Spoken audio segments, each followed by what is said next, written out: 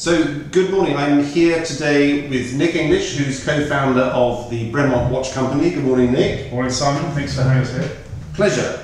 So I'm Simon Petherick. I am the Chief Executive of the House of Britannia, which is an investment company investing in British luxury companies. And we're here today just to have a chat about Bremont, which is an astonishing success story that everyone, I think, in the British luxury industry applauds. So it will just be nice to have a chat and find out how it all happened. So Nick, tell us first, how did you come up? How did it start? How did it start? Started actually for us. It seems quite a long time ago. You can see from the bags under the eyes. It's back in 2002, but it really started before that with our father, who was an incredible guy, an aeronautical engineer from Cambridge, had a passion for all things mechanical. So I think you end up doing what your father does, don't you? And we spent loads of time in the workshop with him making things. Or storing all airplanes, which we still fly to this day, or cars, bikes, but one of the things he was passionate about were clocks. So we got into it really from that originally, and then I was involved in a nasty accident with him flying, which is a big passion of the family, back in '95, practicing for an air display. He unfortunately died in it. I smashed myself up quite badly, but that ended up being the sort of tipping point for Giles and I to go off and say, actually, let's go off and do something we really want to do. So off we trundled to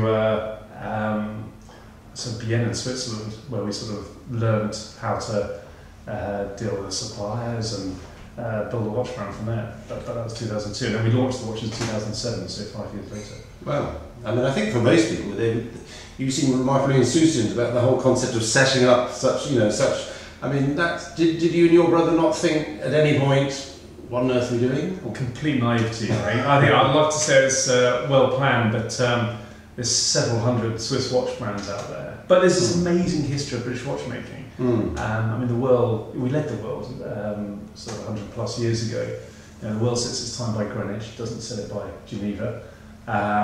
So there is this lovely history here, and we did felt we had, the aim always from the beginning was to bring as much back to the UK as we could. So if you look at where we are now, all the watches are assembled in Henley, in Oxfordshire.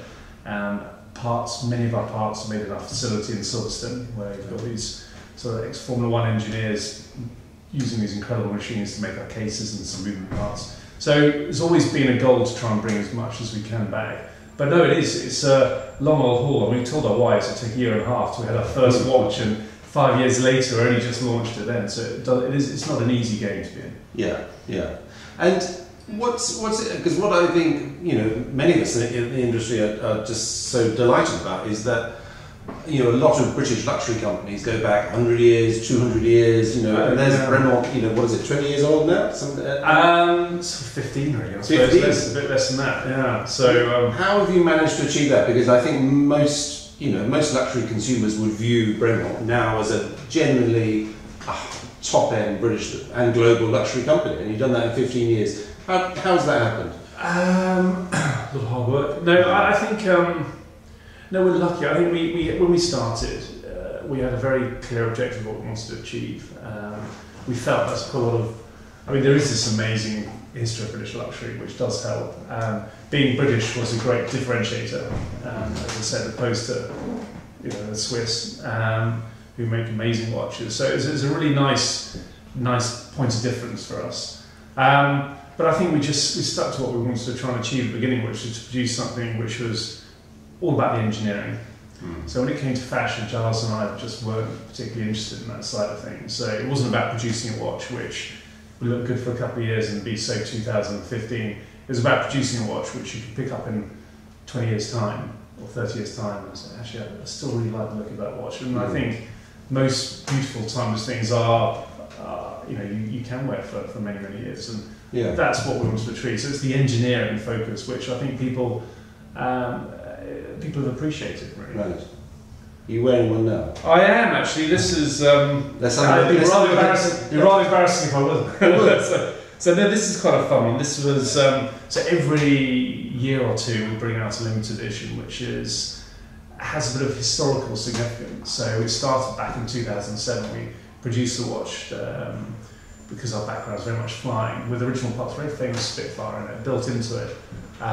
They've become real collector's pieces, and we did one a few years later with the Royal Navy, and we produced the watch with original oak and copper from HMS Victory, but that was at the Battle of Trafalgar, and it was all certified to have been there. And we did something at Bletchley Park a couple of years ago, but this one we really wanted to get back to aviation, and we sat down and I said, if you could produce a watch which was the I suppose the epitome of what we were trying to achieve and fairly historical in terms of aviation, what we did, we came up with this watch which has original parts of the 1903 Wright Flyer in it.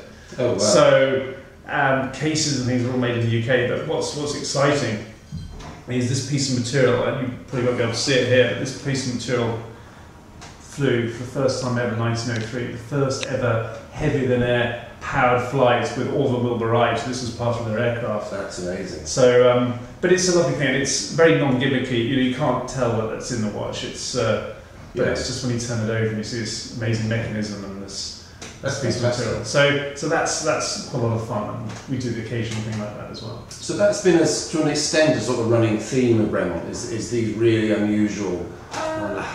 Well, it forms part of it. I mean, it's you have obviously the core ranges, which are very important, but as I said, it's more keeping Giles and I amused, actually. Every couple of years it's quite fun to do something which we're passionate about. So when we did the Bletchley Park, I mean, Giles and I have always been interested in historical history, but also Second World War stuff through flying these aircraft and things, and being involved with Bletchley was very, very special.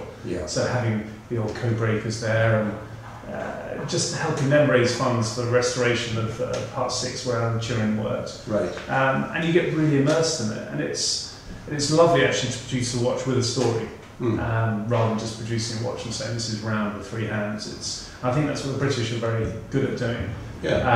Is if you look at some of the finest British exports, there's often a great story attached to them. So. And you just recently opened up the shopping boutique in New York. Yeah, that's quite scary. How's that going? No, it's great. I mean, we sell through a couple of hundred really lovely retailers around the world, but we also wanted to have a sort of situation where you can go into most continents and find a place which is entirely Bremont. So we started off with a store just around the corner from here, actually in Mayfair, which is brilliant. You can go in there and you can understand, fully immerse yourself in the brand. We sell one in Hong Kong, another one in London, but we've been in America through other retailers since 2008. But we felt we're very underrepresented in terms of brand positionings in the Northeast, and so New York was always going to be a sort of calling point for us. And we walked the streets of New York trying to figure out the best place to go, and eventually we felt we decided that Madison Avenue was the best. There's quite a cluster of nice watch stores and watch brands around there. Oh my God, difficult to open a store out there. You forget quite how hard it is, just in terms of permitting, and it's not an easy city to do to set up a store. But we've done it, and were you made to feel welcome? No, you're made to feel welcome. It's just there's a lot of hoops and hurdles to go through and jump over to get there, and it's not massively cheap either. So I'm sure. And does the American luxury consumer, how does he or she differ to the British luxury consumer, do you think?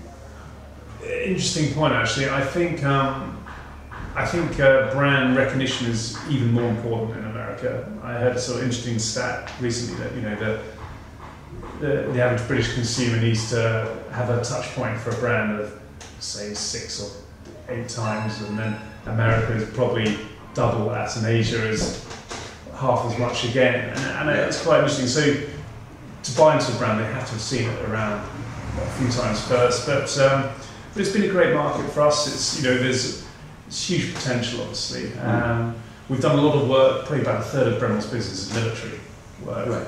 Right. So work with different military organisations around the world, and they've proved to be great ambassadors for the brand. And so, over time, gradually, the sort of message helps gets out there. But it's not something you can do overnight. It's a lot of work, really.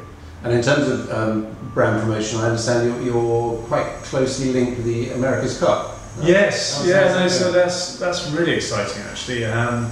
Because I mean, if you had to, split our brand into sort of brand pillars, there's also the British bit, which is very important.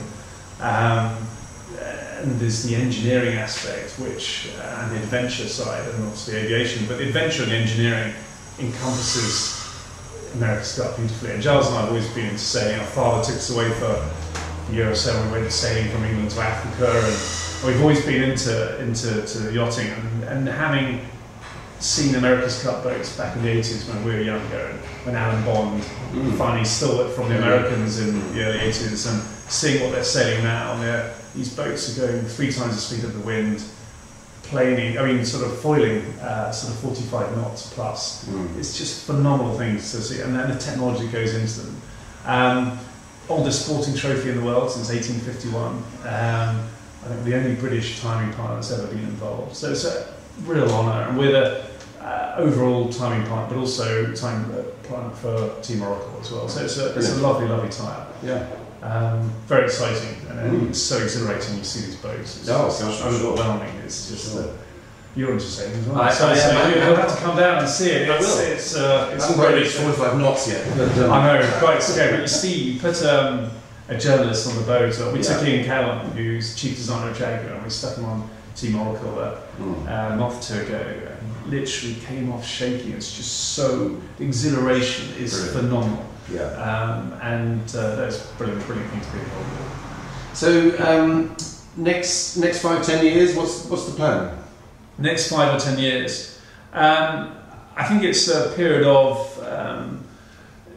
it's not, what we've done a lot in the last 12-24 months is investing in a plant in Silverstone, and it's a big undertaking. I think we're the last time a watch manufacturer made watch parts to the extent we're doing, and the UK was probably Smiths in the 1960s, Smiths Industries, and they eventually stopped probably through the quartz revolution, kiboshing their efforts. And I think there's a lot of investment to still put into that, and obviously the Holy Grail is producing a totally British movement. We make movement parts, but the whole movement in its entirety would be quite a special aim. But also carry on what we're doing. I would love Bremont to be a probably truly British but global brand.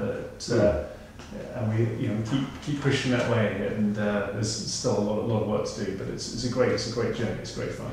Brilliant. Well, from the look of it, you're well on the way, and I think all of us in the industry just would like to congratulate you and your brother, and wish you all the best. No, there's stacks more to do, but that's very, very kind. Thank you very much indeed. Thanks for joining us today. Lovely. Thank you.